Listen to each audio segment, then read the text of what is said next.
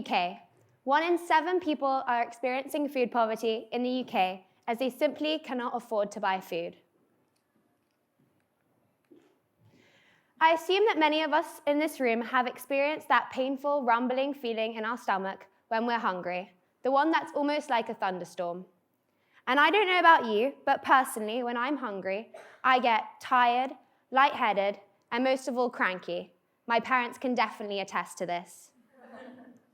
But due to the privilege I have, I can simply head to the shop or open my fridge and find some food. But for many people in the UK, this is currently not an option. Thousands of people are going to bed and waking up hungry, heading to school and work, weak and barely able to move because they simply cannot afford to buy food. Food poverty is a prominent issue that demands our attention. It is used to describe the situation in which individuals and households lack access to sufficient food that they need. It affects vulnerable groups, children, and the elderly, leaving lasting impacts on their physical and mental well-being. However, it is no longer a distant problem. It is one that exists in our neighborhoods, our schools, and our communities, and it is so vital that we do something to tackle it. When most people think of the UK, apart from drinking tea and red buses, they usually consider it a nation of prosperity and opportunity.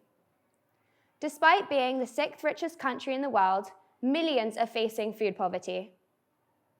The UK, especially London, is one of the leading cities in the world, filled with Michelin-style restaurants, several different types of cuisines, and shops at every corner. So surely you'd think that with all this developed infrastructure and democratic government system, the citizens of the UK would be able to afford the simple necessities that make up a nutritious diet. Yet a total of 9.3 million people have experienced food insecurity in January of 2023, leaving children and families heavily reliant on food banks. That is 1 in 7 people in the UK. And if I translated it to this room, that would be 14 people experiencing food poverty right here. Over the last few years, there's been an increased need for food banks. However, recently, they are struggling to cope with the rising demand. Food banks can only do so much, and charities should not have to pick up the pieces of failing government policy. Therefore, it is imperative that the government gets involved to bridge this gap and introduce new and effective policy that will bring about drastic change. So how has food poverty even come about? It is the combination of various factors, including stagnant wages, rising living costs, insufficient social support systems, and income inequality. Disposable income inequality refers to the uneven distribution of income between individuals and households who are available to spend. This means that while some people have hundreds of pounds to spend on lunches, dinners, and restaurants, others can barely able to afford to buy their family dinner. In 2022, the UK experienced a 35.7% income inequality, meaning that it was the second highest across the G7 group, and a 1.3% increase from January 2021. Other factors, including Brexit, the COVID-19, and the war in Ukraine, have a severe impact on the cost of living crisis, with Brexit alone costing the UK households a total of £5.8 billion in higher food bills. So what are the consequences of food poverty? One of the main consequences, aside from the lack of sufficient food, is that it leads to a poor diet.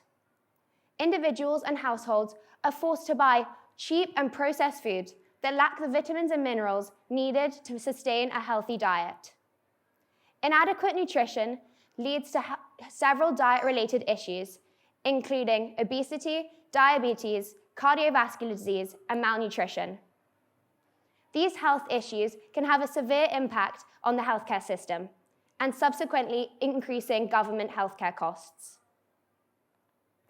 It also affects the educational attainment of children.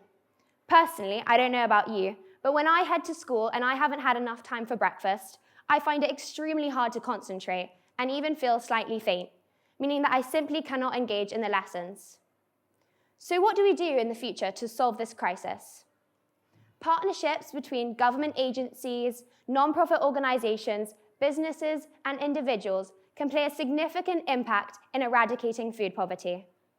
We need investment and support for businesses like the Good Kitchen, who make and deliver nutritious, prepared meals, making it much easier for everyone to access. We need investment. We also need a robust way for the government to make sure that to identify food poverty in the future. Food charities like Chefs in Schools, the Food Foundation, and celebrity chefs like Jamie Oliver and Tom Carriage have had a significant impact. They have launched a campaign called Feed the Future.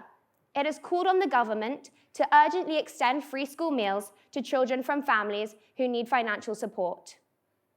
This massively relieves the burden on families.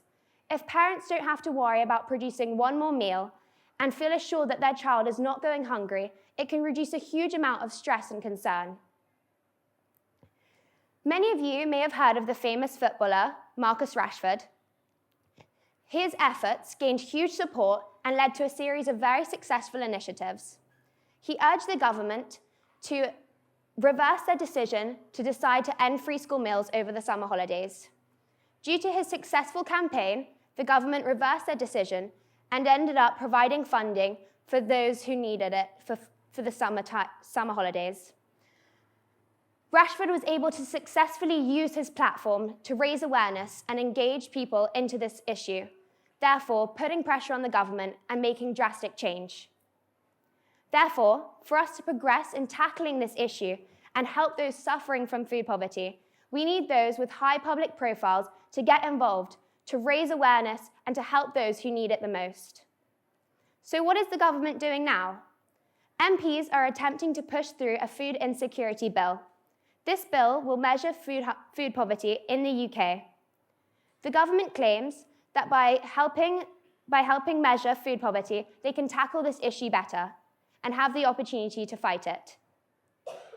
By raising awareness, supporting sustainable initiatives, and urging policymakers to prioritize the well-being of the most vulnerable citizens in the UK, we can create a future that helps everyone to strive and everyone to access the sufficient food that they need. Together, let us transform hunger into hope, one meal at a time. Thank you.